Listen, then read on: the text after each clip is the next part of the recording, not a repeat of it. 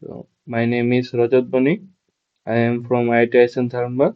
I am one of the PMRF research scholar at IIT Dhanbad, and I am here to uh, give you some guidance about this NPTEL course, which is conducted NPTEL, which is Foundation Engineering, taught by Professor Dilip Kumar Vaidya sir, and I am one of his TA of this course, and I have also 6 months teaching experience on NPTEL, and my previous subject was which I am teach in NPTEL is ground improvement, which also conducted by Professor Dilip Kumar Vaidya sir.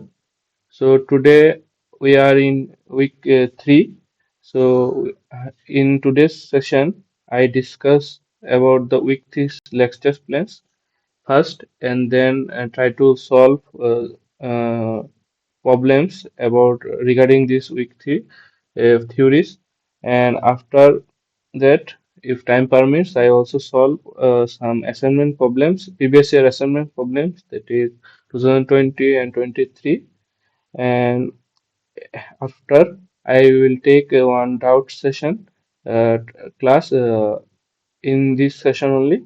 If you have any doubt, you can ask me later in the later part of my session. So now we start our today's session. So I am sharing my screen. Please wait.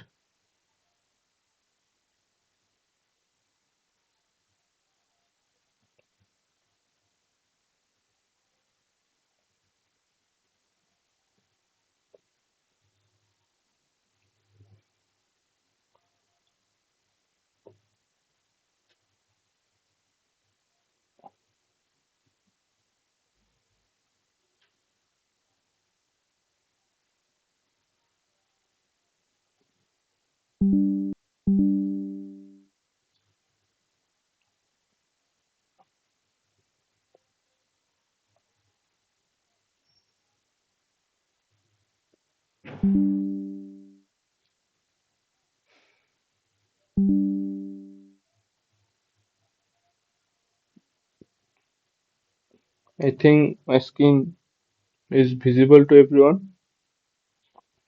So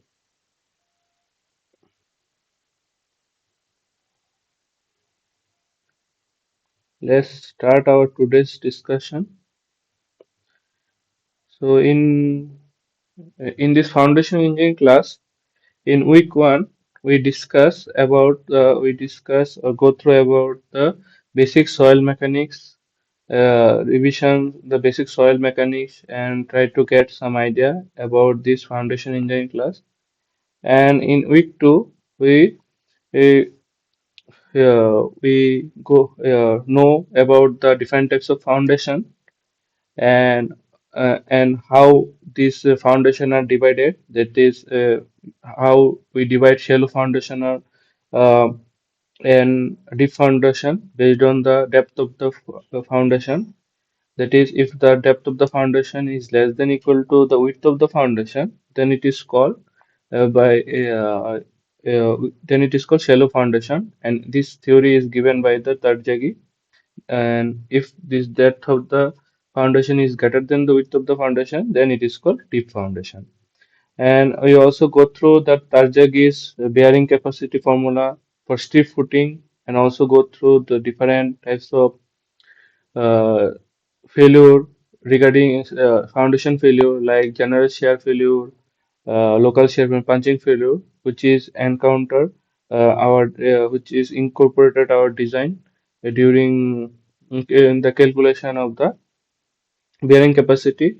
And also we see the saw that we go through the uh, uh, bearing, how the bearing capacity formula derived by the Tarjagi for stiff footing, and after that it is modified for the different types of footing, like circular footing, rectangular footing, and square footing. And we also encounter the water table That is, we know that water is dangerous for our foundation structure. It reduces the bearing capacity. So how it will affect and at what depth it will affect, we go through everything, and we also derive or solve 2 3 problems based on this bearing capacity formula with considering the water table uh, in our previous assignments. So and today we again saw some other formulas regarding the bearing capacity, which is given by the uh, other say other scientists to find out the bearing capacity of the soil. It is a little bit similar to our Tarjagi's formula, but there is little modification is there. So we start now our session. So in week 3, lecture 11, Sir is taught about first it is for the different terminologies.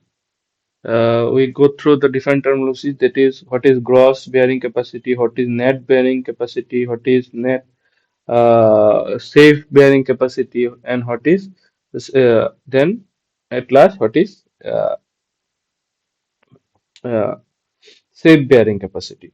So the gross bearing capacity, the term the gross bearing capacity is the gross pressure at the base of the footing due to the weight of the superstructure, that is self weight of the footing and the weight of the soil and fill over the footing. So it is the total pressure act on the footing, which considering the weight of the superstructure and also weight of self weight of the footing and the weight of the soil above the footing. If we draw one structure foundation here like this, if you see on my screen that the pressure, total pressure, that is the weight of the structure which is coming through the columns plus the weight of the soil above the footing plus the self weight of the foundation. So, so this combination of three is called the gross bearing capacity.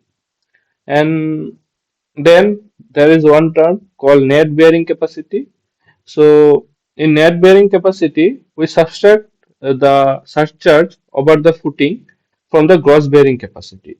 So we know that surcharge is above the footing is gamma df, that is also called Q surcharge above the footing. So if we subtract from the gross bearing capacity, then it is called net bearing capacity. Then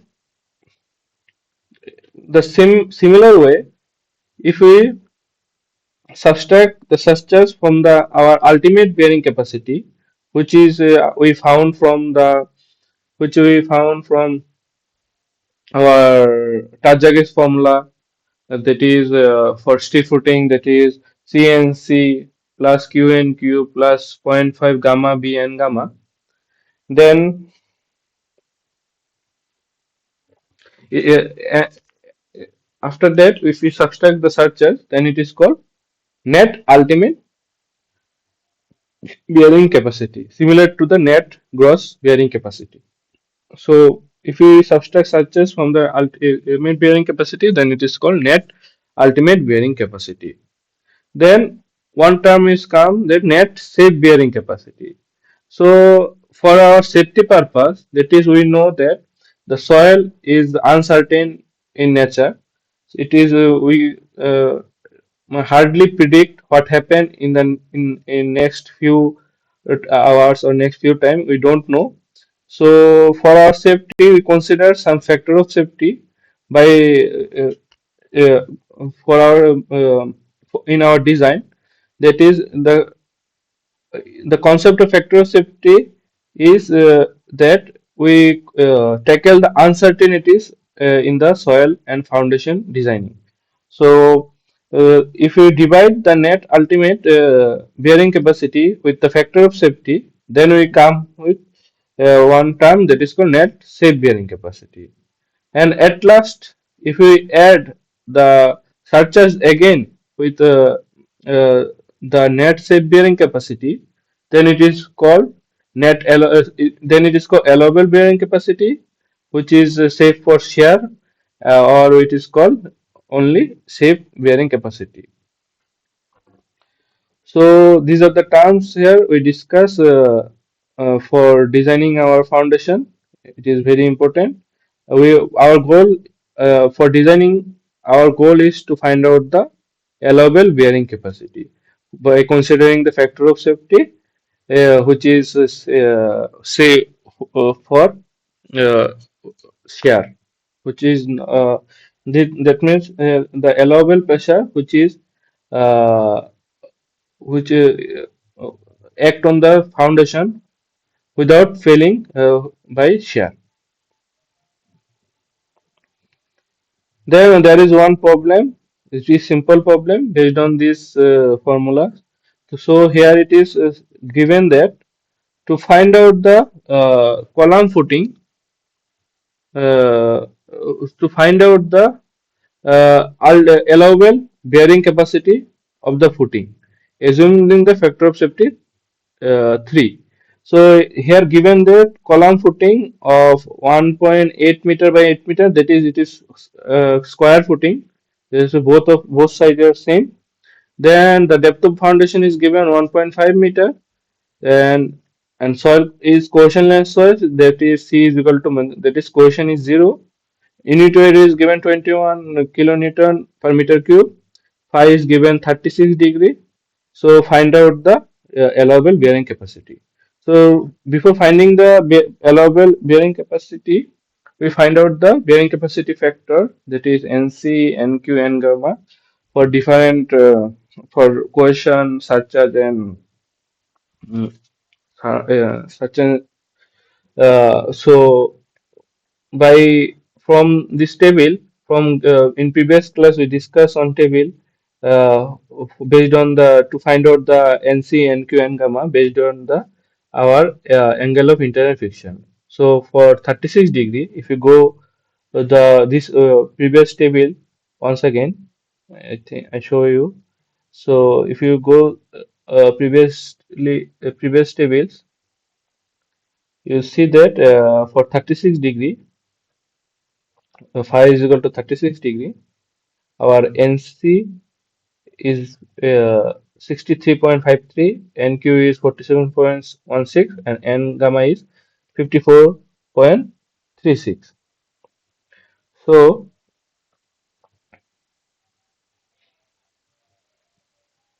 now we are come to our problem. So by phi, we define the NC, NQ, and gamma. Then everything is given. We first find out the ultimate bearing capacity, then find out net ultimate bearing capacity by subtracting the surcharge, that is gamma df. Then find out the net safe bearing capacity by dividing the net ultimate bearing capacity by factor of safety. At last, if we add the surcharge again with the net safe bearing capacity, then we come with the net allowable bearing capacity. So I solve this problem. You see my solution first. Where it is.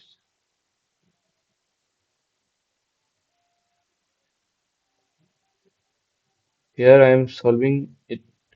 So you can see that for 536 degree, NC is 63, NQ is 47.16, and gamma is 53%.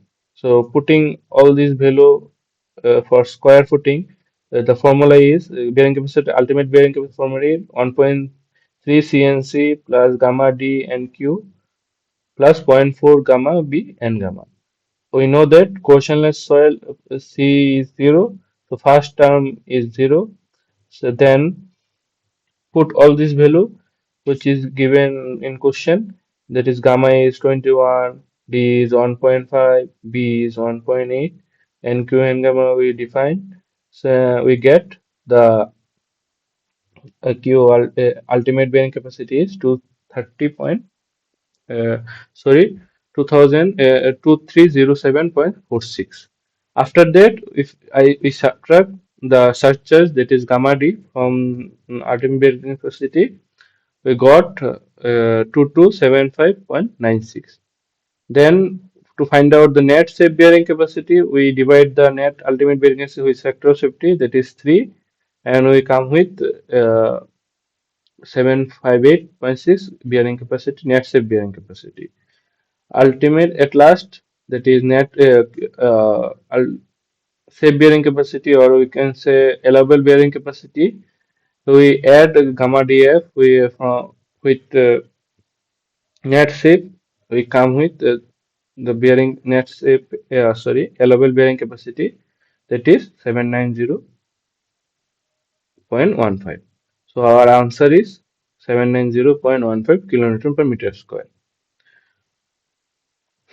Then the next problem is in lecture 11, week 3. It is given that to find out the factor of safety against the bearing capacity failure.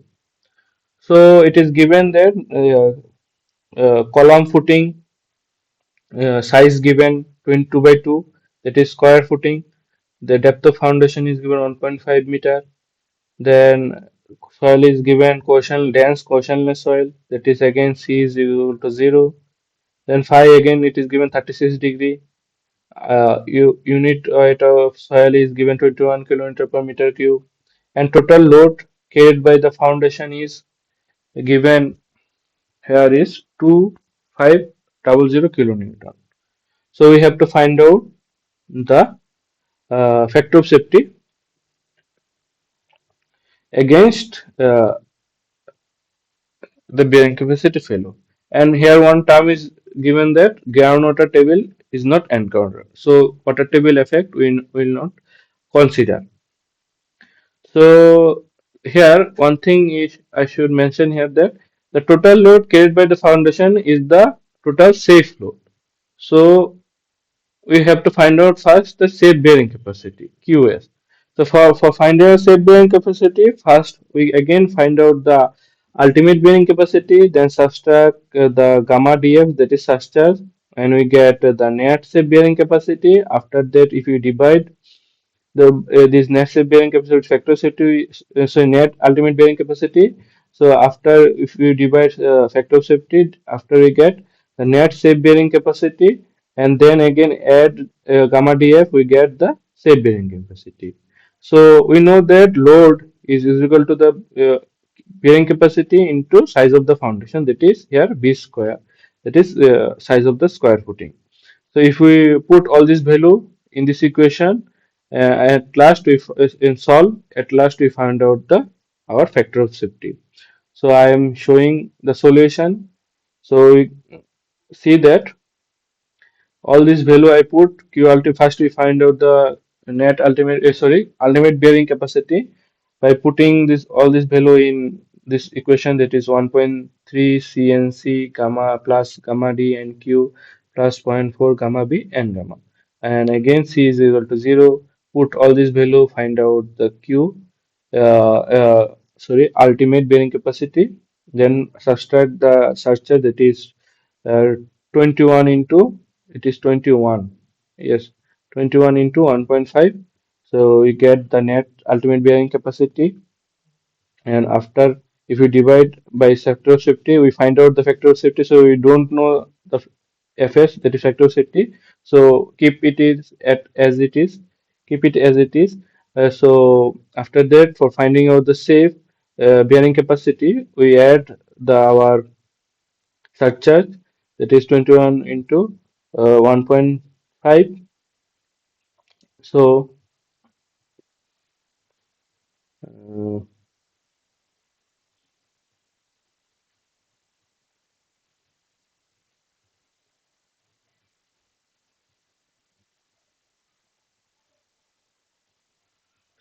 uh, we find the skew safe, and we don't know the factor of safety. So after multiplying b square, that is size of the footing, area of the cross section area of the footing, that is b square, we get the total load, and we put the value of total load, it is 2500, and solve it. We find out the factor set is, which is come about 3.98. Then there is another problem in week 3 lecture 11. It is said that to find out the determine the size of the footing if the factor of safety is given 3.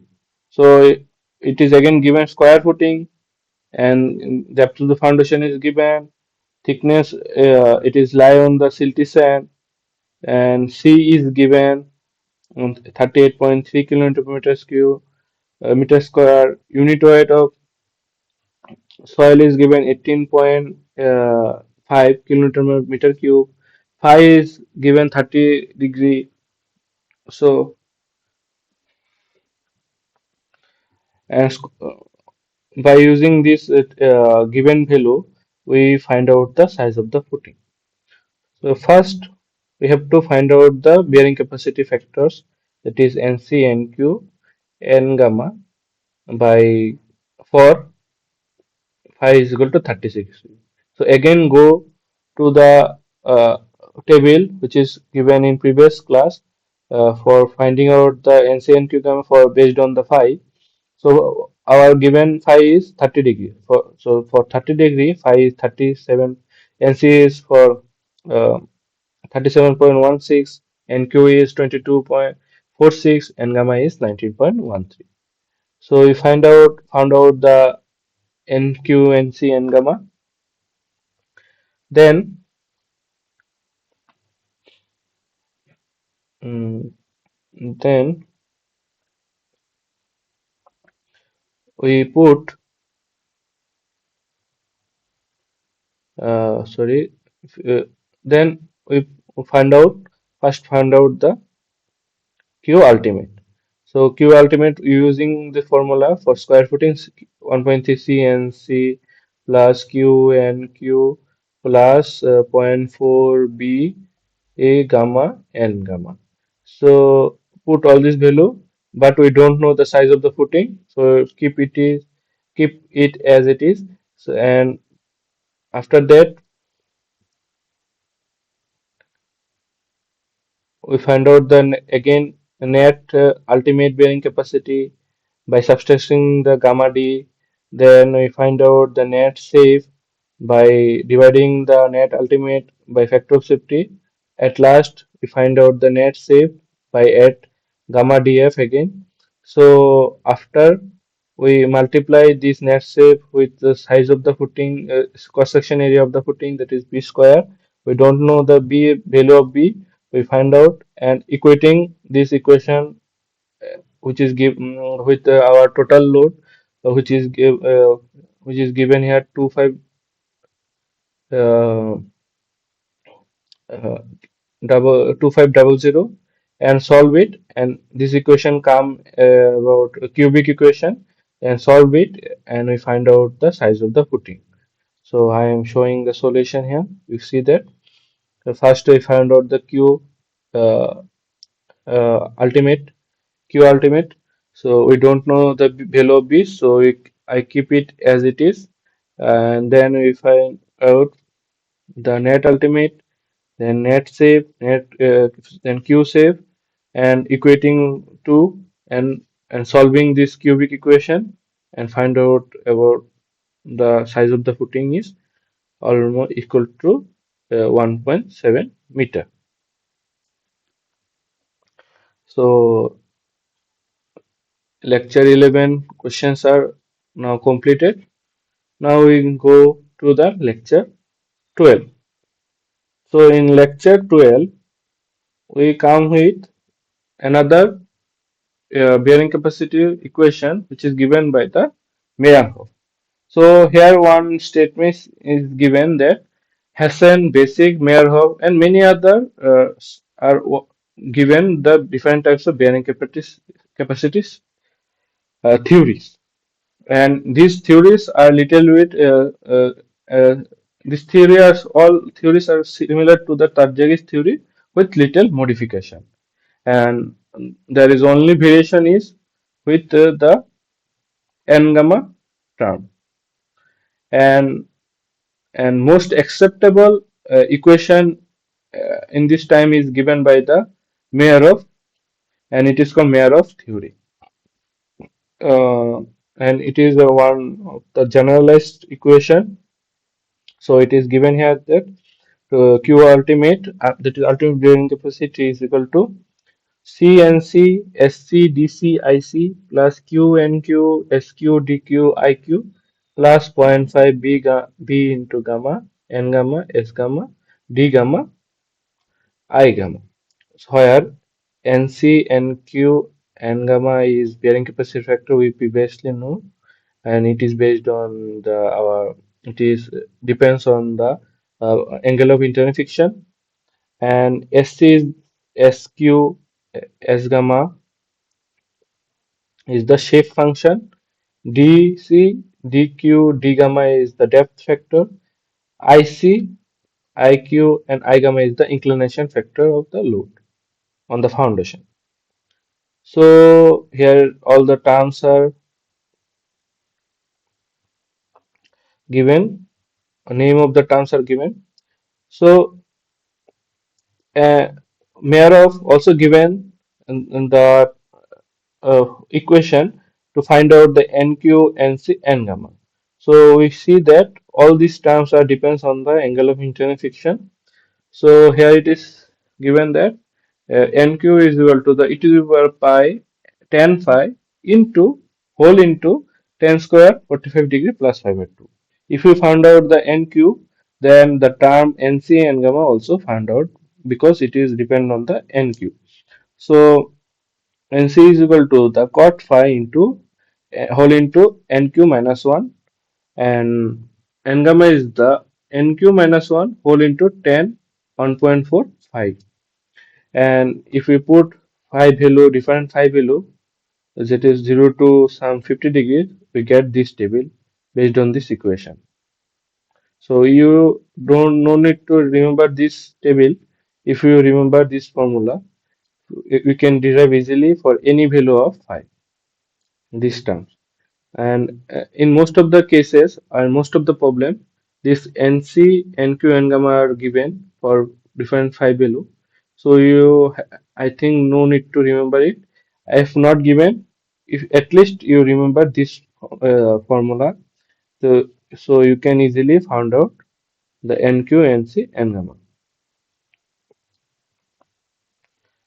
Now the here it is given some three equation to find out the shape factor, and it is said that for street footing the shape factors SC SQ gamma is equal to 1, but for a rectangular footing uh, or any other footing it is depend on the width and length of the footing.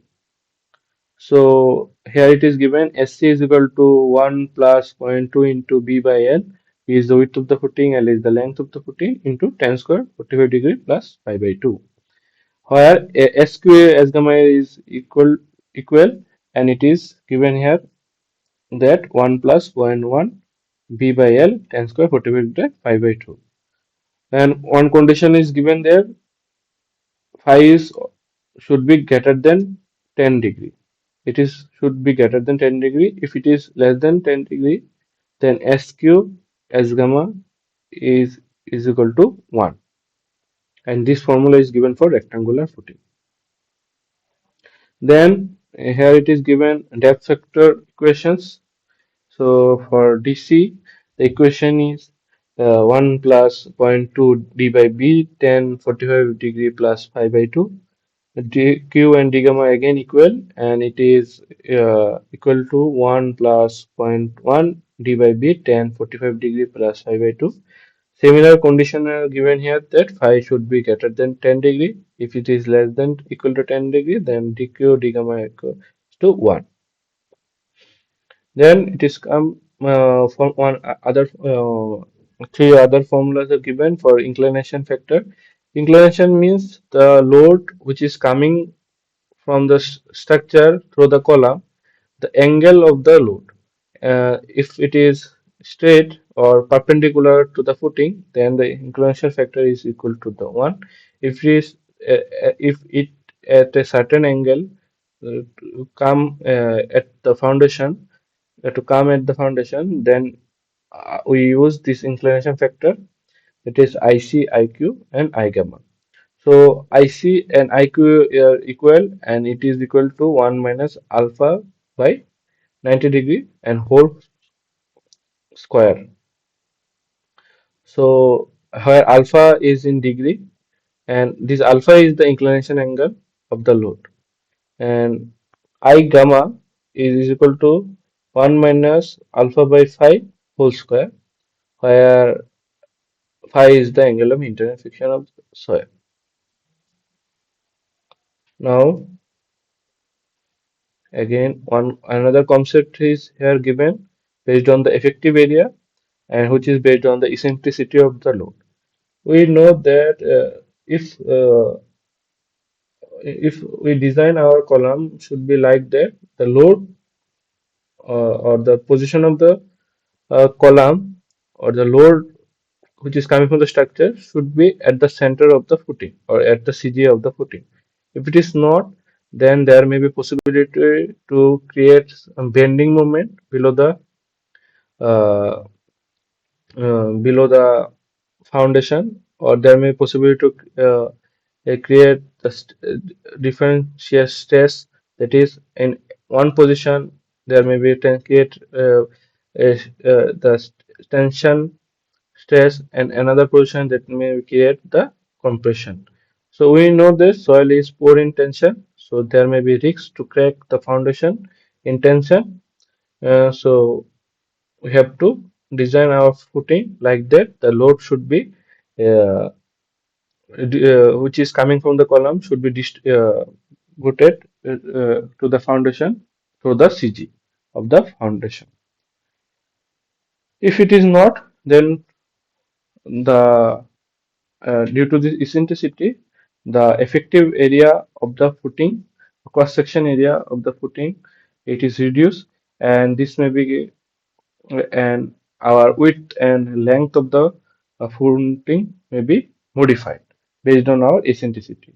So if it is one side, if the eccentricity is only along the width of the uh, foundation, then our width is modified by subtracting the eccentricity two times from our given width, and it is become our new width become b dash, and our bearing capacity formula also modified, uh, that is b become b dash.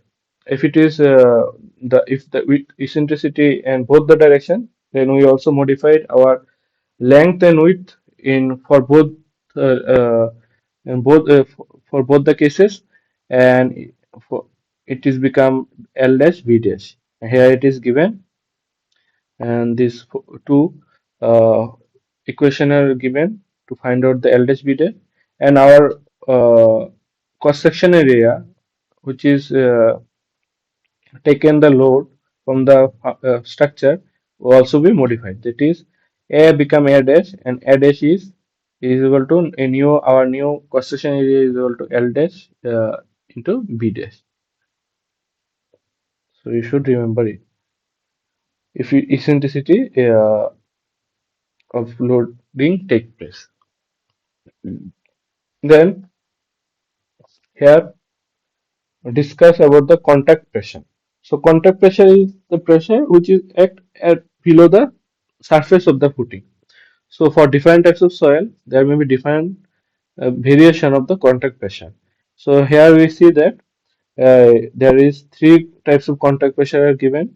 One is for cohesive soil, another one is cohesionless soil, and last one is uniform distribution. So you see that for cohesive soil, the pressure distribution diagram below the foundation, one thing should remember that all these pressure distribution or below the foundation, is for the rigid footing. So if our foundation only this type of pressure distribution happen only if our foundation is rigid footing. So if rigid footing is there and the soil is cohesive soil, the pressure just below the column is less and pressure at the edge of the footing is high. But in cohesionless soil, it is opposite. The pressure at the edge of the footing is less and pressure just below the column is very high. But in our bearing capacity formula, we cannot differentiate these different types of foundation pressure. So we take some uniform pressure in our assumption. That is, pressure is acting below the foundation is uniform throughout the surface of the footing. Uh, so So in our calculation, we assume that our pressure is uniform below the foundation. Then we will now go to the week 3 lecture 13 class. That is again there is different eccentricity loading contact pressure related theories are given. So if there is eccentricity, uh, hello, hello,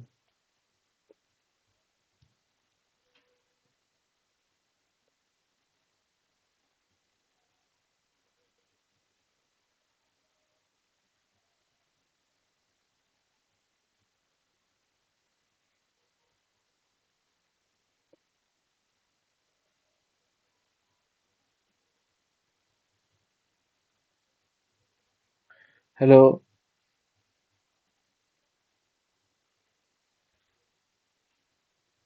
hello. So I think there is a problem on network. I think it is visible to everyone.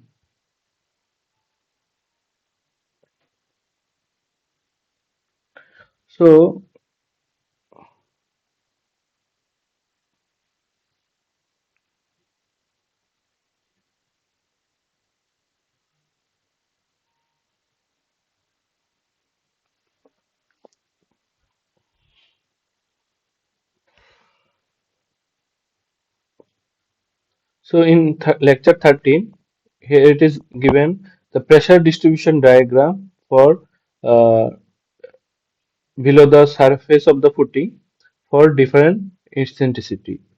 So if we know that mm, the eccentricity of the loading is zero, that is column, the load which is coming from the column is distributed through the CG of the footing, then the pressure below the foundation is uniform, and it is the direct stress. It is called the direct stress, but it is not uniform.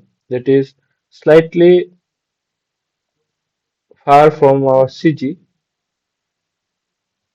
The load is acting which is acting on the footing which is coming from the foundation is just at a site it, at a distance from our CG, then there may be possibility to create the tension and compression below the foundation, pressure distribution below the foundation.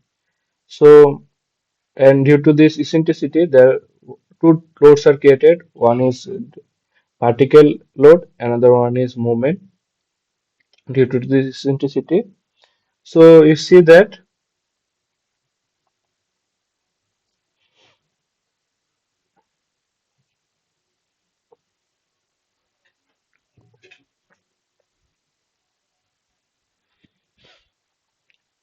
if our eccentricity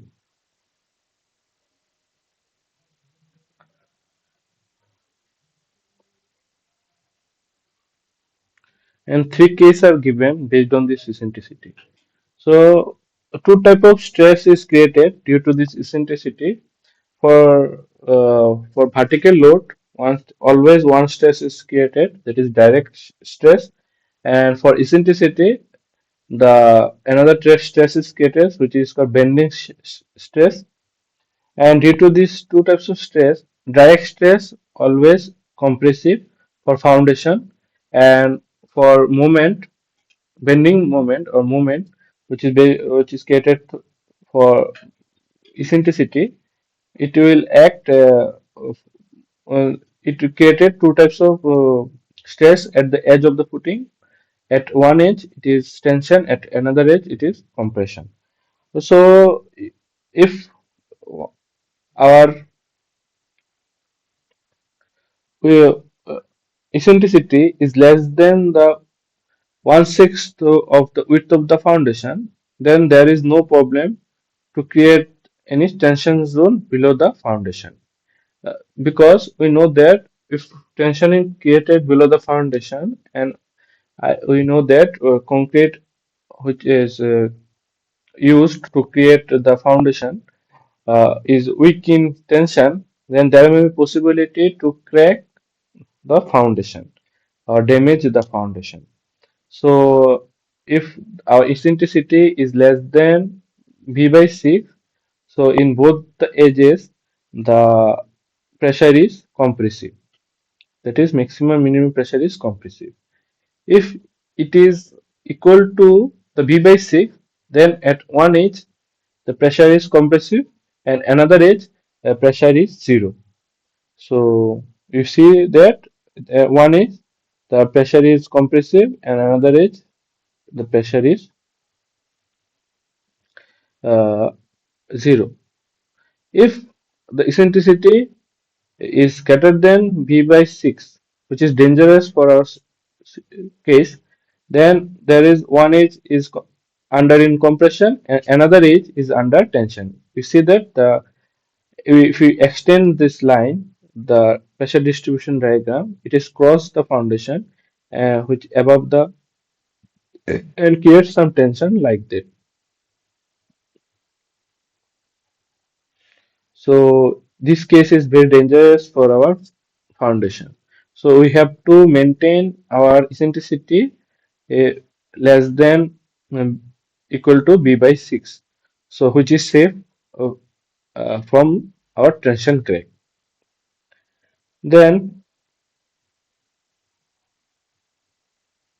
so these things are discussed here. That is, eccentricity should be less than equal to B by 6. Then here is given the formula to find out the stress below the foundation, which is equal to the P by L into B, which is give nothing but the direct stress, and plus minus the bending stress, that is given by M into Y by I, where Y is the extreme fiber distance from the CG, I is the uh, moment of inertia, M is the moment created due to the eccentricity, that is nothing but P into E. So if you replace I by B square into L, so B cube into L by 12, and Y by B by 2, then we get this formula. After solving this, we get this formula. Both these formula are same. One is very simpler manner, another one is very general form. So for minimum, we use negative signs. For maximum, we use positive sign. And this maximum is nothing but compressive stress, and this minimum is nothing but sometimes is compressive, sometimes is tension. If it is become negative, it is will tension. If it is become positive, then it is compressive.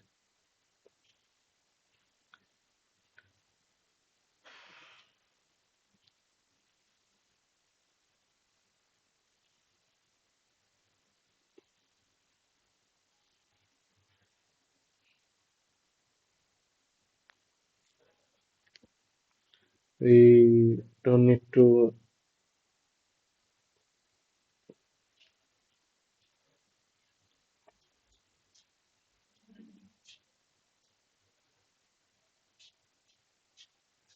So if the eccentricity act in both the dimensions, that is in length of the footing and at the width of the footing, then we modified our formula. We add one extra term, uh, which is for the length of the footing, one is for width of the footing, and one is always remain, that is direct stress. So again we find out the minimum maximum for this.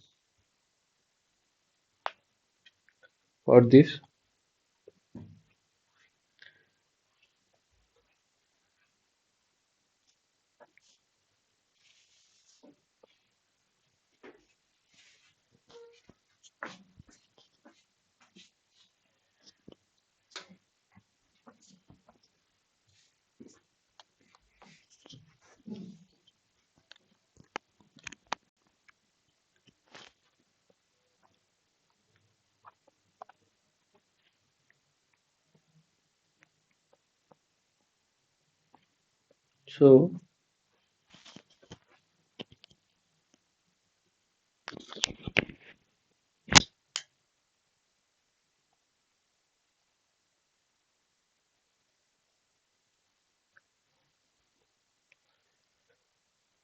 and this uh, zone,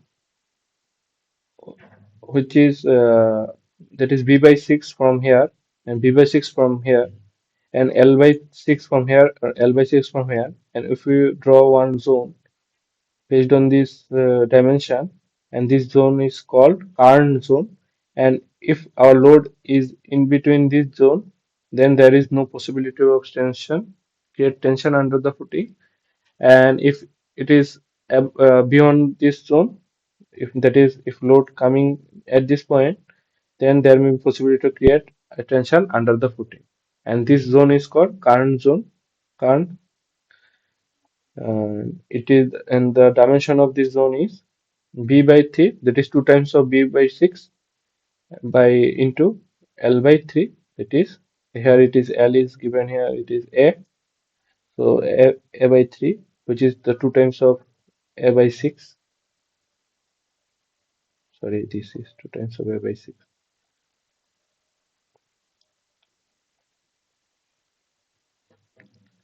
So by this way we find out this current zone, and if we should design in such a way that our load which is coming through the column on the footing uh, should be in between this current zone, so that our footing should be safe from tension time.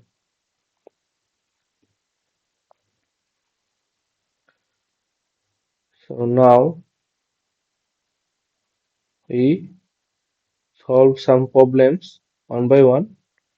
Then we go to the combined footing, which is uh, uh, in the lecture 15. So we solve some problems in lecture 14. So before solving this problem, we should take a 5 minutes break. After that, we will start again. And at this time, please remain on the meeting, and I will join again. So please stay on the meeting. After back, I will start again. So keep maintain discipline and stay on the line.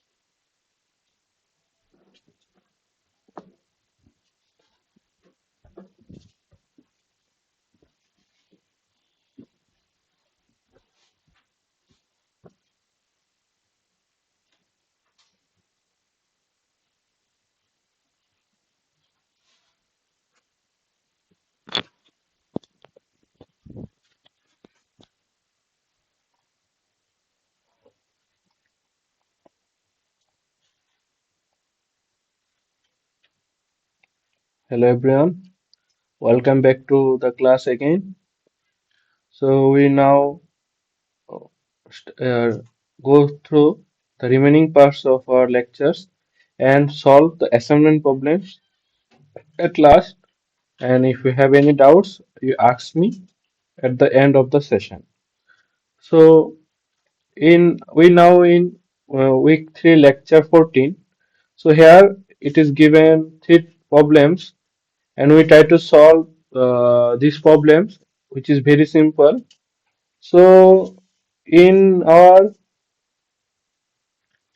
first problem in lecture 14, it is it is said to find out the ultimate bearing capacity formula for rectangular footing by using the Mayer-Rov bearing capacity equation.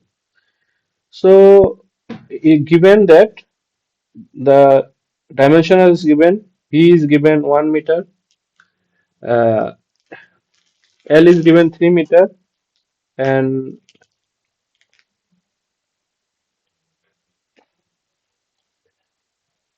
L is given 3 meter,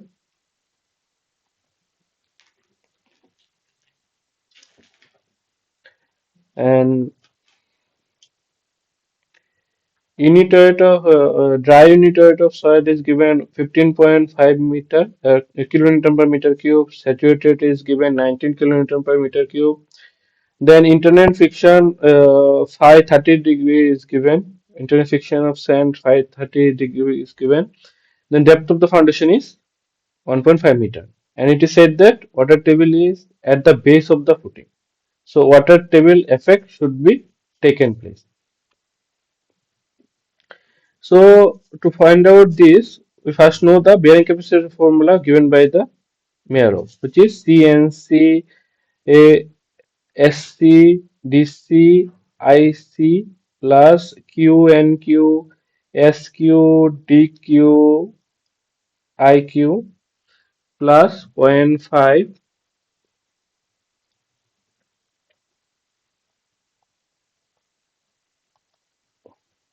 point 0.5 gamma B N gamma S gamma D gamma I gamma. So first we draw our problem first. So it is said that the water table at the base of the foundation. That means the water table effect should be considered at the last part of our equation. That is the gamma become gamma dash. That is gamma dash is gamma saturated minus unit weight of water. So before calculating the ultimate bearing capacity, we have to know the NC, NQ, N gamma, then SC, SQ, S gamma, then DC, DQ, D gamma, then at last IQ, IC, I gamma. And so it is said that the soil is cohesionless soil. So that means C part is 0. Again, by angle of intersection 5, we find out the NC NQ and gamma from table also or also by formula, that is e to the power pi 10 phi into 10 square 45 degree pi 5 by 2, and NQ is equal to that, and NC is equal to the cot phi into NQ minus 1, then N gamma is uh, NQ minus 1 10 1.4 phi. So after that we find out the SC SQS gamma. So we directly go through the solution part. So you see that in for phi 30 degree, we put all this value in this equation and find out the NQ. We don't need the NC value because C is 0. So this part is becomes 0. Then N gamma is NQ minus 1 into 10 1.45. That is 15.67. After that, we find out the shape factor, the SQ S gamma, which is both are equal, and that is 1 plus zero point 0.1 into B by L. B is width of the foundation, L is the length of the foundation, and into 10 square 45 for 5 by 2. And it is become 1.1. And then depth factor dq and d gamma. So which is 1 plus 1.1 into d by b, depth of the foundation by width of the foundation, into 10 to 45 degree plus 5 by 2, which is become 1.26. IC, IQ and I gamma is become equal to 1 because there is no angle of inclination. That means we assume that the load coming from the column on the footing would be perpendicular to the footing. So if we put all this value in Meyerhof bearing capacity formula, we get that ultimate bearing capacity is 692.72 kilonewton per meter square. So this for Meyerhof, we should remember all these formulas. Either these formulas are given or you should remember it for your exam purpose.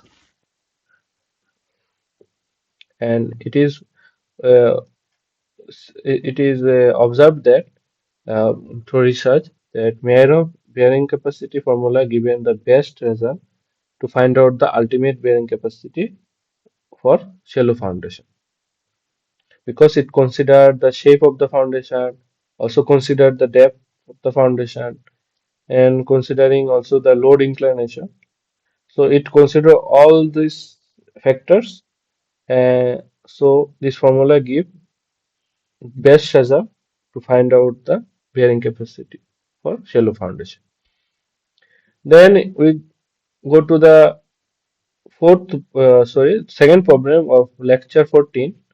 It is said that to find out the ultimate load of the foundation, if the eccentrically loaded in the eccentrically loaded square footing of size 2 meter, with eccentricity is 0.4 meter, and the depth of the foundation is 1 meter, gamma is 20 kilonewton per meter cube, C is 15 into 15 kilonewton meter square, phi is 30 degree, NC is for phi 30 degree, NC is 37.2, NQ is 22.5, and gamma is 19.7. And there is no water table effect, and we use Tarjagi formula. So you should clearly go through the question. Here it is mentioned. To find out based on the Tarjagi's formula. So in Tarjagi's formula for square footing, the formula is 1.3 CNC plus gamma D NQ plus zero point 0.4 gamma B and gamma. So the load coming, which is coming from the column, is eccentrically loaded on the footing. So B becomes B dash because we subtract 2 times eccentricity from our width of the foundation, and it is become B dash. So we modified our formula, then put all this value and get the result. So in solution, you see that we first find out the modified width of the foundation.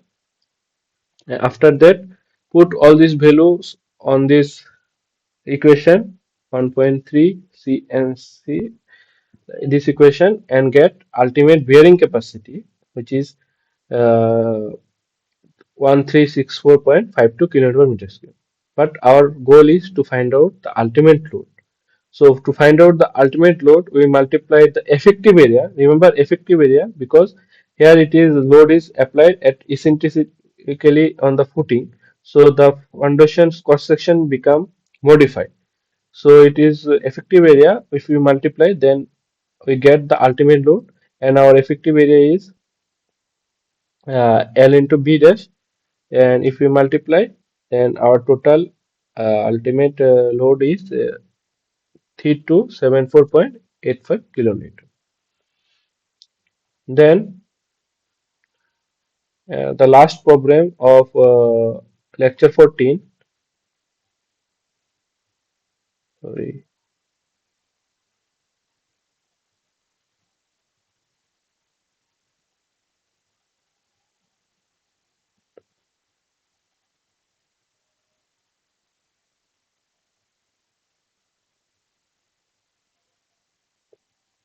sorry. Yes. The last problem of our lecture 14 is find out the minimum and maximum contact pressure or stress below the footing. So this is regarding to find out the Q minimum and Q maximum, which is nothing but P by BL into 1 minus 6 into E divided by B. So we put all this value that is given. B is given is 2, L is given 3, and P is given 2000 kilonewton, and eccentricity is given in mm, and convert it in meter, that is 0.25 meter. Put all this value and get this Q min and Q maximum. So in solution we see that our Q min and Q maximum is nothing but uh, at one side the pressure is contact pressure is uh, 583.33 kilometer per meter square, and another side is uh, 83.33. So both these pressure is compressive pressure, so there is no risk to create the tension below the foundation. Then we said that the foundation becomes safe from tension. Uh, Now we go to our lecture 15, and in lecture 15 we discuss about the another type of foundation which is called combined footing. So in combined footing we actually combine two footing together, and the reason behind is that the bearing capacities of soil is become very low, and the size of the footing is overlapped to each other. In two cases, we use the combined footing. One is if the soil bearing capacity is low and column is very close to each other, and another one is if the sorry first one is soil bearing capacity low, second one is if the column is very close to each other and the foundation is overlapping one another, then we use combined footing. And in combined footing we use two different shapes of combined footing. One is rectangular combined footing, another one is trapezoidal combined footing, based on the differential load coming from the different column. So if the load is different for two columns, then we use trapezoidal footing, combined footing. So it is said that when the one column is close to the property line of square pipe, the center of gravity of the column will not be coincide with the footing. In such a case, it is necessary to provide the combine this footing with that of the adjacent internal column. So this is one of the reason. Again, the dimension of one side of the footing are restricted to some lower value so that the column footing may be combined. So these are the factors to use the combined footing. So in combined footing, there is two types of footing. We have to design the dimension of the footing, uh, dimension for this combined footing. We know that uh, to safely take the load from the column, the load should be passed through the CG of the foundation. Because if it is passed through the CG of the foundation, the pressure below the foundation become uniform, and there is no risk to create the tension below the foundation, and foundation becomes safe.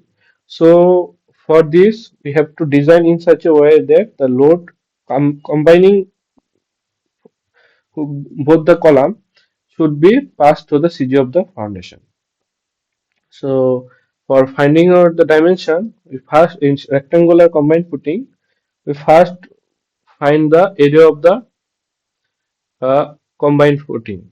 So cross section area of the combined footing, and it is given that Q1 plus Q2 divided by Q allowable. Q allowable is the allowable bearing capacity of the soil.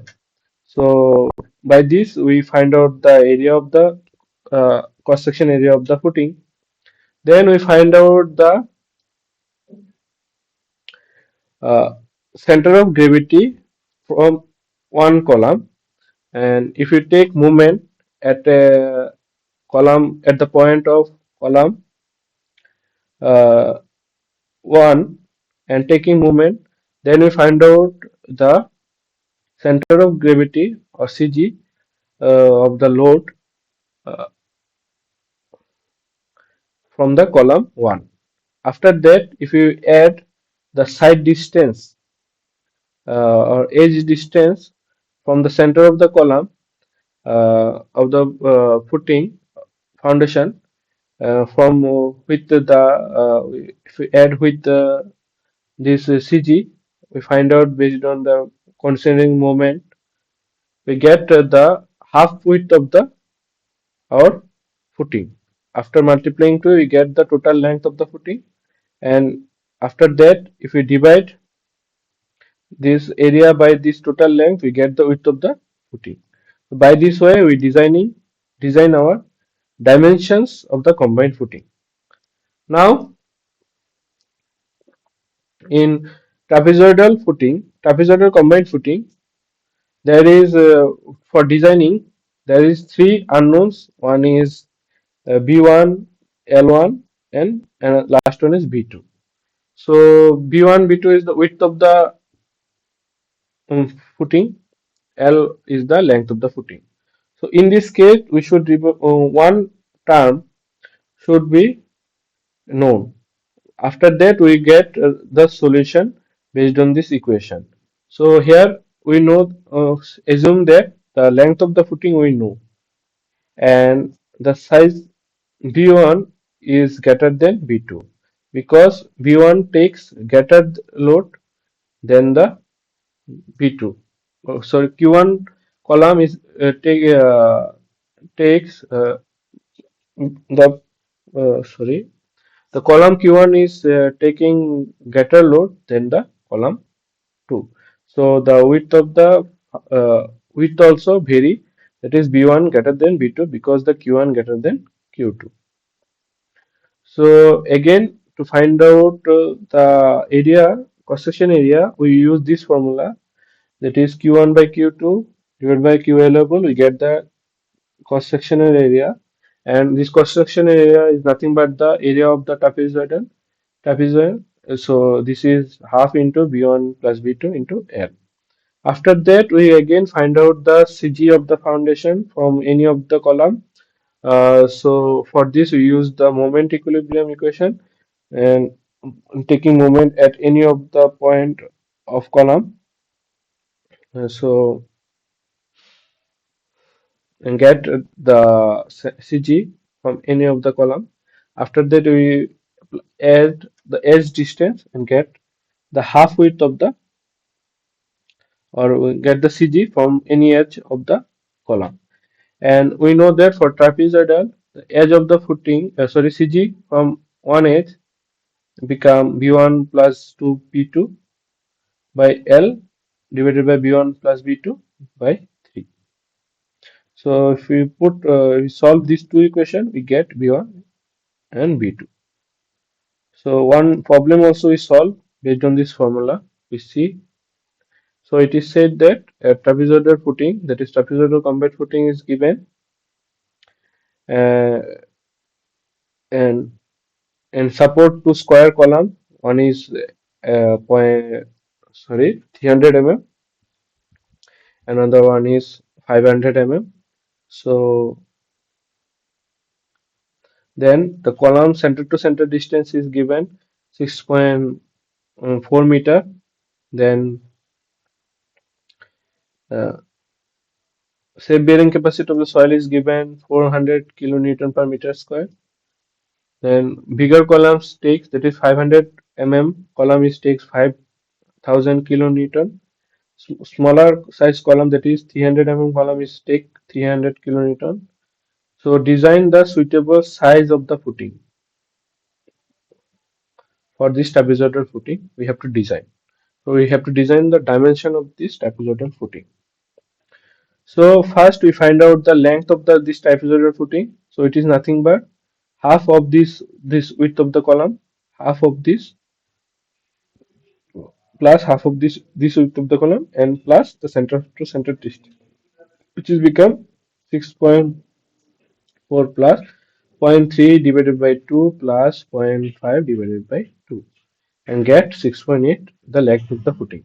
After that, we find out the area of the footing cross section, that is q1 plus q2 divided by the q allowable or q safe bearing capacity, and get the cross section area. And we know that trapezoidal cross section area is b1 plus b2 divided by 2 into L. Put all this value and get one equation, that is b1 plus b2 again. And then we take moment based on column 1 and find out the CG of the footing from this column 1, and we which is given that x is equal to the q2 into L3 divided by q1 plus q2.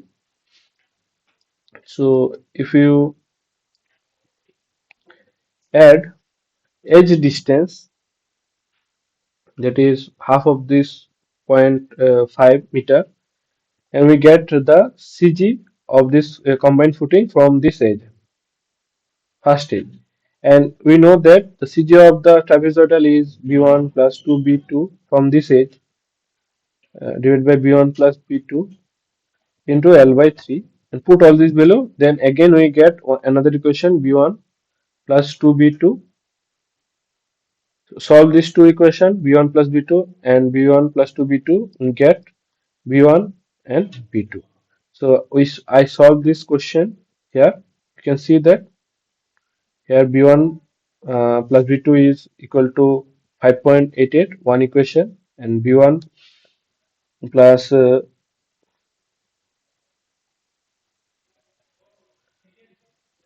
2B2 is 6.87, another equation. Solve these two equation and get B1 is equal to 4.89 meter and B2 is equal to 0.99 meter. So by this way we solve the question for combined footing to get the dimension of the footing. So these up to this we solve our class problem. Now we go to these are the lecture 15. So up to this the week 3 problem are there, classes problems are there. Now we go to the uh, assignment problems, previous year assignment problems, and solve these previous year assignment problems. So first I go to the 2020 assignment problems. So one by one questions I solve. I am discussing here. So please stay on the line. So I am first go to the 2020 assignment 3 problem. So one by one I am solving.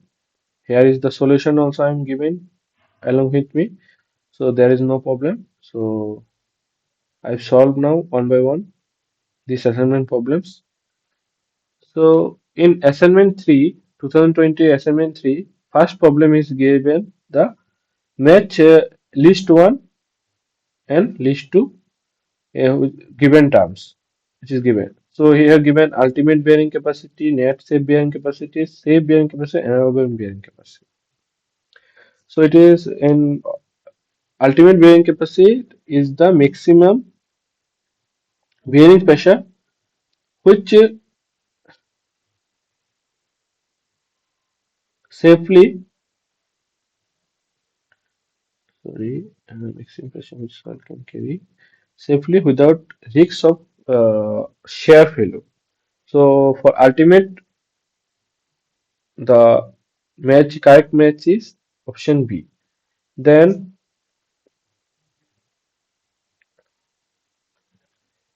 for net safe bearing capacity, I think the correct option is option A, and it is said that the net safe bearing capacity is the net loading intensity at the soil, at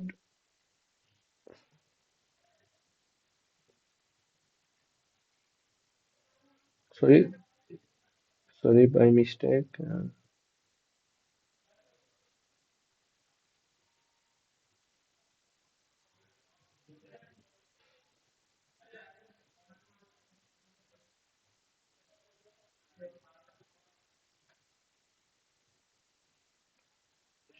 Eh, So, so I start again. This is wrong. I start again. So you see that the ultimate bearing capacity, there is one term is given allowable bearing capacity. So first identify this term, then I go to others. So we know that the allowable bearing capacity should be safe from the shear and also from the settlement. So the correct option I think is given uh, option A, it is IDCB4. So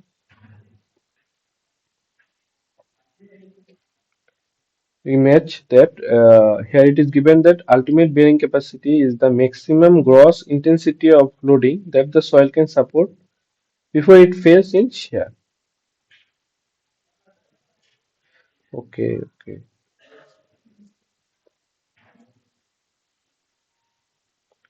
So first identify the definition of allowable bearing capacity. So we know that the allowable bearing capacity should be safe from shear, also safe from the settlement. So we find out the correct option first for allowable, and it is given option A, that is it is safe from the shear also and also safe from the settlement also. Then after that we find out the ultimate bearing capacity. So the ultimate bearing capacity there is two term is given. One is B, two option is given, similar option. Another one is D. But there in B option, it is said that safely. So the term safely defining that for the safe bearing capacity. And this is for, so the third is matching with the option B. Then the net safe bearing capacity. So we find out the net ultimate bearing capacities, which is divided factor of safety. So the second is matching with option C, then the remaining will matching with the option D. So that is the maximum gross intensity of loading soil uh, can support before it fail in shear, which is become ultimate bearing capacity. So by this way we define find out our option. The correct option is option A. Then it is said that actual contact pressure or stress distribution beneath the rigid footing resting on the cohesive soil. So if you remember in our lecture 13, I think 13 or 12, yes 12, three diagrams are given. So in cohesive soil, we see that the highest pressure distribution at the edge is highest and pressure distribution at the uh, middle of the footing is less. So here it is said that the actual pressure are stressed below the rigid footing on cohesive soil. So it is more at the edge compared to the middle. The correct option is option B. Then it is given that one question number three. In question number three, it is asked for the following two statements are made with the reference to calculation of net bearing capacity of the footing in pure clay soil, where phi is equal to 0 using the Tarjagi bearing capacity theory, and identify the true or false. So we have to find out the true false. So before solving this question, we write down the equation for net bearing capacity for clay soil based on the Tarjagi. So for any foundation, any type of foundation that is square, rectangular or steep footing, I write first for, here it is mentioned, nothing is mentioned here which type of foundation. So I write for steep footing. So steep footing, we know that Q is equal to the C N C plus gamma D NQ plus zero point 0.5 gamma B and gamma. For pure clay, that is phi is equal to 0, NC become 5.7 for sorry 5 yes 5.7 for based on the Tarjagi. Q NQ is equal to 1 and N gamma becomes 0. So this part is become 0, NQ become 1 and remain so we modified Q ultimate is equal to 5.7 C plus gamma dA. After that, it said that the net bearing capacity. So for finding out the net bearing capacity, we subtract the gamma dA. So the remaining part is for net bearing capacity is 5.7 into C. C is the question. So first option is given. Increase in the footing width will result in increase the net bearing capacity for this problem. So you see that it is not dependent on the width of the foundation. So there is no increase or decrease based on this increase or decrease of width of the foundation. So option one is false. Then increase in the depth of the foundation will result in the higher the net bearing capacity. Again, it is not dependent on the depth of the foundation. So option two also false. So our correct option is both statements are false. Option B. So here this question number three correct option is option B. Now question number four. One problem is given to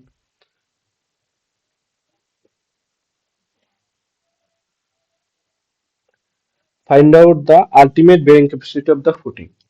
So one stiff footing is given.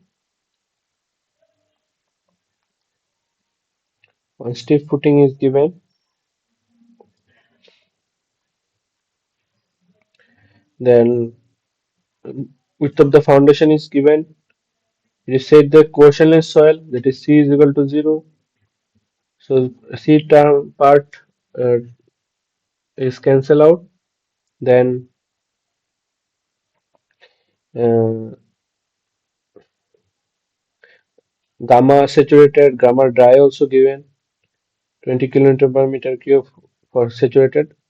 Gamma D is given 17 kilometer per meter cube. Phi is given 40 degree. Based on this phi, NC, NQ, and gamma also given. Using the Tarjagi bearing capacity formula, and it said that water table assume the greater depth, that is no water table effect. Find out the ultimate bearing capacity. So it is very simple problem. Though our equation become gamma df nq plus for strip footing half into gamma b and gamma. So put all this value and find out the answer. So you see that here I am putting all this value because it is there is no water table effect. So gamma here is gamma d. So I put this value and find out that uh, the ultimate bearing capacity is 3088.9.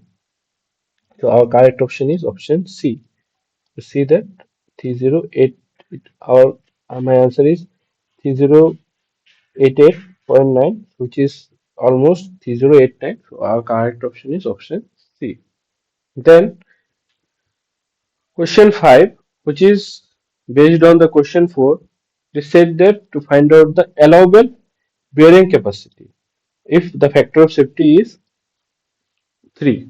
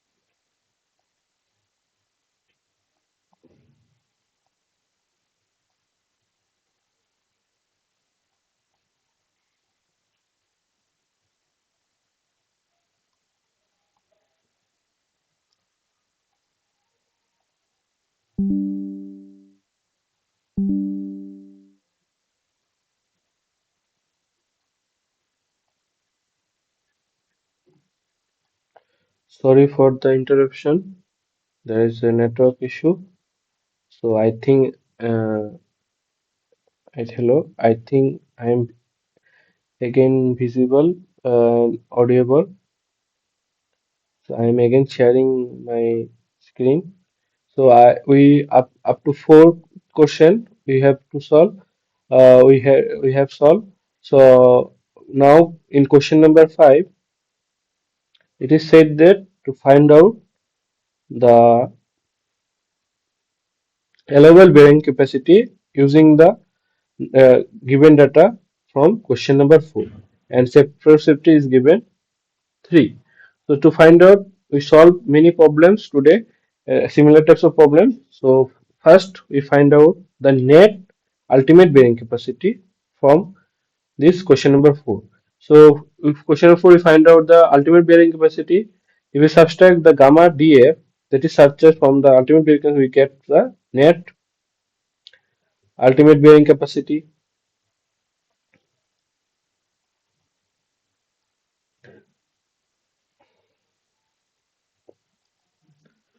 After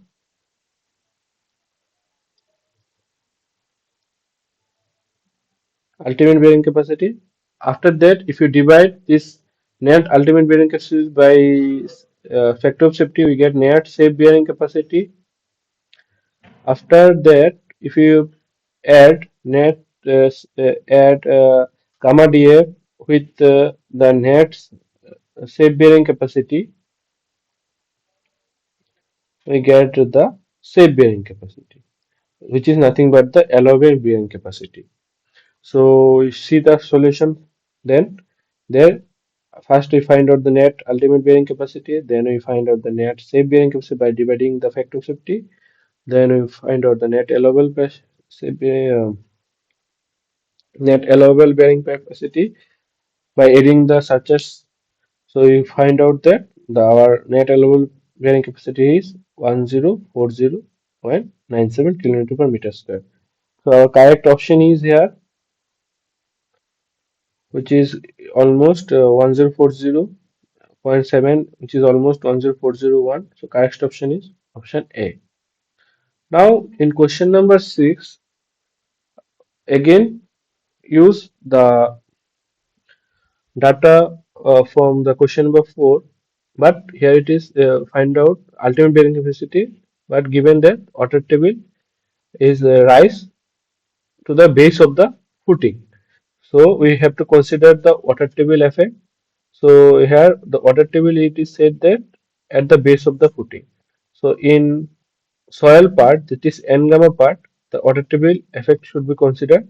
So our equation is modified. It is gamma df, gamma d, that is dye density, into df into n and q plus, which is for steep footing, that is half into gamma dash, gamma become gamma dash because there is water table below the foundation at the base of the footing, b into n gamma. So n gamma dash is equal to gamma saturated minus gamma w. So you put all this value and find out the ultimate bearing capacity. We see the solution also, that I just modified this term and put all this value, and it is become uh, ultimate bearing capacity. Find the outer table at the base of the foundation, which is 2405.18 kilonewton per meter square. Then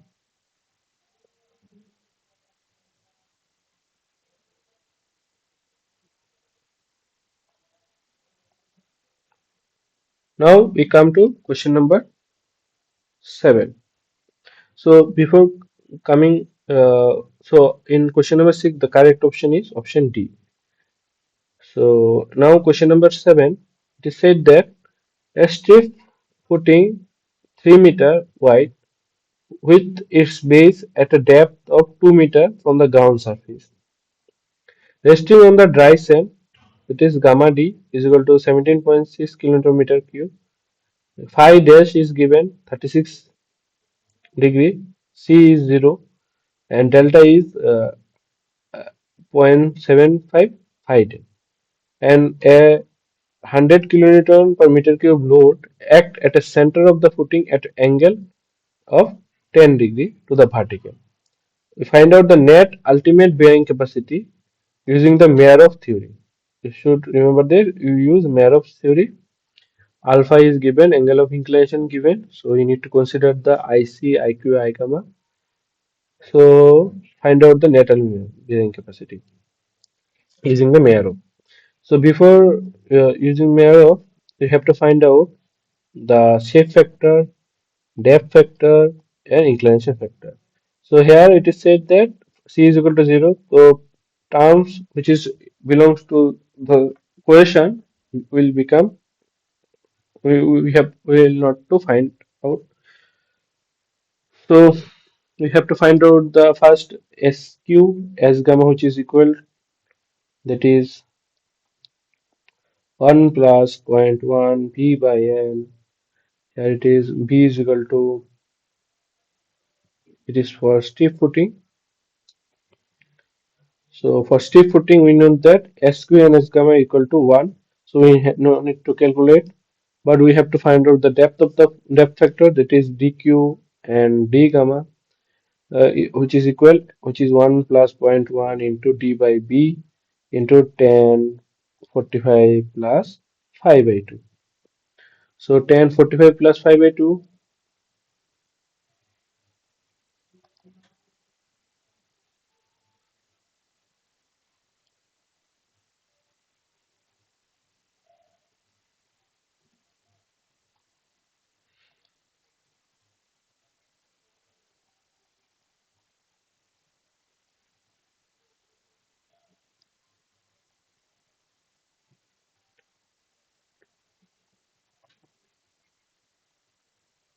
5 by 2.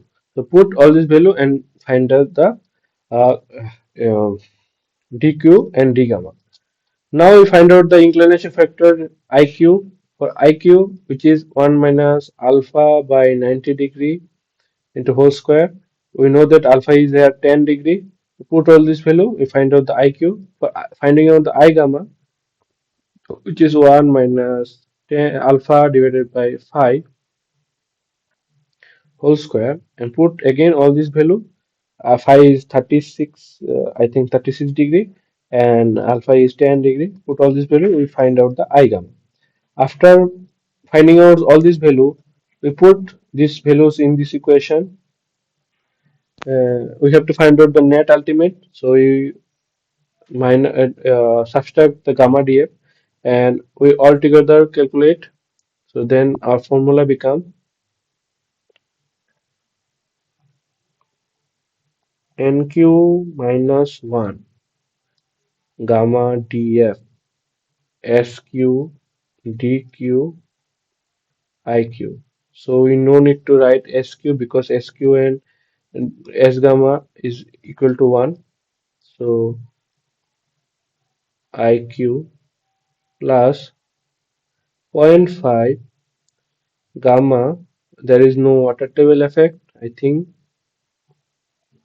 So zero point 0.5 gamma b n gamma, sorry, d gamma I gamma. So put all this below in this equation and get the net ultimate bearing capacity. So you see the solution also. So I put all this below in this equation.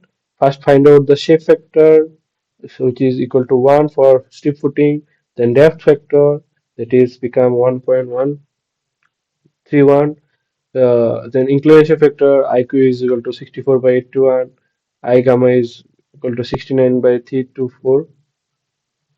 Then when question is given NQ, N gamma, put all this value, and it is about net ultimate break is about 1850.627. So the nearest option in our question is 1850 is option B, that is 1842. So correct option is option B.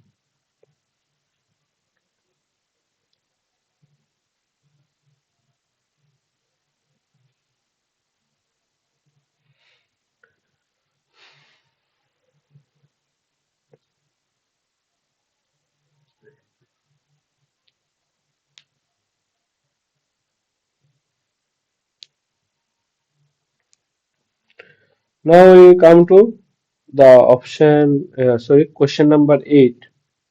We have to 11 question there, 4 are remaining. So in option, so in question number 2, it is for eccentricity loaded square footing of size 3 meter given. Eccentricity is given zero point 0.3, which is at in one direction. Then ultimate load the footing can take and find out the ultimate load, that is Q total in mn, that is meganewton, uh, and depth of the foundation is given 1.5 meter. Gamma is given 17 kilometer per meter cube. Question is given 12 kilometer per meter square. And phi is given 30 degree. For phi 30 degree, NC, NQ, and gamma given. And we use the Tarjagi's formula and neglect the water table effect. So for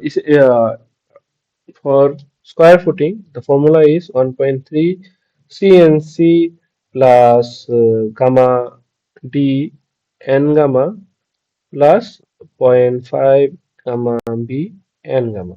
Here there is eccentricity present, so gamma so B become B dash, and to find out B dash, we subtract uh, eccentricity two times from the B, and we find out B dash.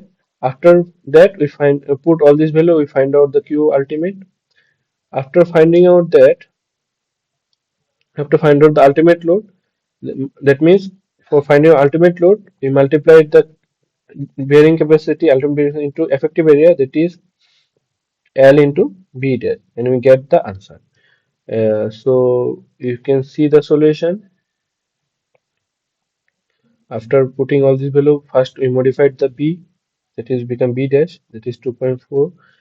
Put all this value and find out QU, that is ultimate bearing capacity, which is 14.1475.57 kilometer per meter square, and then multiply by L into B dash and get the 10624.13 kilonewton, which is become in mm, which is become 10.62. So because we divided by 1000 to convert kilonewton per mm, meganewton, we divided by kilonewton by 1000.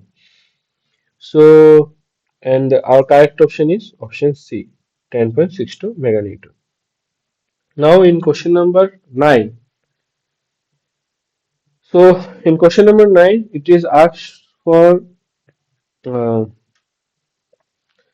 an isolated footing, size is given 4 by 4 meter by 4 meter. That is, this means it is a square footing, and the depth of the foundation given 2 meter, and it is rest on the medium sand, uh, medium dense sand. Then the subjected load eccentricity is given, that B by 10. That means if you put value of B 4, and it become zero point 0.4 meter eccentricity. Then use the Mayer formula to find out the ultimate load in Mmin. Similar types of problem, which is given in question number 8, but you use here Mayer expression. Everything is given to for using uh, using Markov equation for SQ as gamma, DQ, D gamma is given because C is 0. There is inclination factor also given, and also neglect the order table. Put all this value in this equation, that is QU is equal to gamma D and gamma MQ, sorry, NQ, SQ, DQ plus zero point 0.5 gamma B N gamma S gamma D gamma. Put all these value. First find out the QU. After that, first we modified the width. To modify the before modifying the width, we have to find out the eccentricity, that is b by 10. So if you subtract put eccentricity two times from the width, we become find out b dash. And put this b dash in this zero point 0.5 gamma b modified by zero point 0.5 gamma b dash, and put all this below. First find out the q ultimate. After that, if you multiply the l into b dash, so we get the total ultimate bearing load, ultimate load. So in mn. So you see the solution. First, if found out the modified width. After that, using the Maharov expression, we find out the ultimate bearing capacity. After that, we multiply by L into B dash uh, and find out. First, we find out in kilonewton, 131020 kilonewton load. And if you divide this kilonewton divided by 1000, we converted it into meganewton. That is become 31.02 meganewton.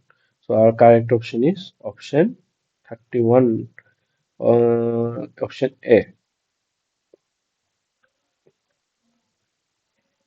Now, in last two problems are remain. Our time also running out, so we have to very quick. So in last two problem, it is find out the maximum and minimum contact pressure. So two question are similar. So for finding out the maximum minimum, we put this value in this equation. All this value here, all these values are given. We see the eccentricity is given zero point 0.3 meter, that is 300 mm. P is given 200 kilonewton. B is given 3 meter. Q is given 4 meter. Sorry, L is given 4 meter. Put all these value, uh, we get Q max, Q minimum. For positive sign, we use Q max use for positive sign. For Q minimum, use negative sign. And it become for Q max become 266.67 and Q minimum become 66.67. I hope to. I am also solve this question here. You see that. So option D is for option, question number 10, and option C is for question number 11. So I think we now stop here. I think there is no doubt also regarding today's class. So I now stop here. Whatever I am discussing today's class, it will be shared to you through my Google Drive, and, the lecture also here is recorded, and it will also uploaded to my YouTube channel. All of this information will be shared to you through NPTEL team. And if you have any doubt regarding today's class, you ask me in the next session. And from today, I will now stop here. And in the next class, we will start with we discuss the week 4 lectures. And now I am leave my session or stop my session. So thank you everyone. I am stopping here.